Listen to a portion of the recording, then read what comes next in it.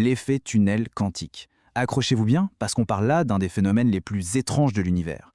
Ça défie complètement notre logique de tous les jours, ce qui est possible et ce qui ne l'est pas. Pour que ce soit bien clair, on va prendre une image toute simple. Imaginez qu'on lance une balle de tennis contre un mur. Qu'est-ce qui se passe? Elle rebondit. À chaque fois. Bon, ça, c'est le monde qu'on connaît, la physique classique. Maintenant, remplaçons cette balle par un électron et le mur par une barrière incroyablement fine. Eh bien là, c'est plus la même histoire. L'électron a une toute petite chance, une probabilité de passer à travers, comme un fantôme. Alors, comment est-ce possible, ce tour de magie? En fait, il faut arrêter de voir une particule comme une petite bille. C'est plutôt une onde, une vague de probabilité. Elle n'a pas une position fixe, mais une zone où elle a plus ou moins de chances de se trouver. Et cette vague, eh bien, une petite partie peut s'infiltrer et se retrouver de l'autre côté de la barrière. C'est ça, la clé du mystère. Voilà donc la question à 1 million. Est-ce qu'un ensemble de milliards de particules, agissant tout ensemble comme un seul et même être quantique, pourrait faire ce saut de l'ange et traverser une barrière tous en même temps? C'est ce qu'ils ont voulu savoir. Alors bienvenue dans le labo. On va voir comment ils s'y sont pris pour mettre sur pied une expérience qui, pour beaucoup de leurs collègues, relevait de la science-fiction. Comment observer quelque chose que tout le monde pensait impossible? La première chose dont ils avaient besoin, c'était un objet quantique géant. Et ils l'ont trouvé dans ce qu'on appelle les supraconducteurs.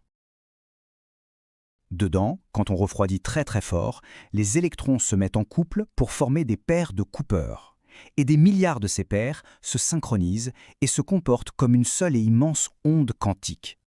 Regardez ce montage. C'est une jonction de Josephson. C'est un sandwich, un supraconducteur, une fine couche d'isolant, puis un autre supraconducteur. Ils ont refroidi le tout à des températures à peine au-dessus du zéro absolu, plus froid que le fin fond de l'espace, et ensuite ils ont commencé à y faire passer un courant, tout doucement. Donc là, ils sont devant leurs instruments, ils augmentent le courant millième par millième d'ampère et ils guettent. Ils cherchent le moindre petit signal qui sortirait de l'ordinaire, la preuve que quelque chose d'incroyable est en train de se passer. Et tout à coup, bingo, une tension apparaît. Normalement, dans un supraconducteur, il n'y a aucune tension, c'était donc la preuve, le pistolet fumant. L'onde quantique collective, avec ses milliards de paires d'électrons, venait de traverser la barrière isolante par effet tunnel.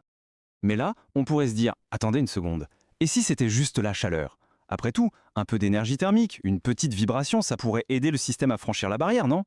C'est là que toute l'astuce de l'expérience entre en jeu. En refroidissant leur dispositif à l'extrême, ils ont vu que le taux de fuite à travers la barrière devenait constant. Il ne dépendait plus du tout de la température. Et ça, c'était la signature indiscutable que ce n'était pas la chaleur qui faisait le travail, mais bien la mécanique quantique.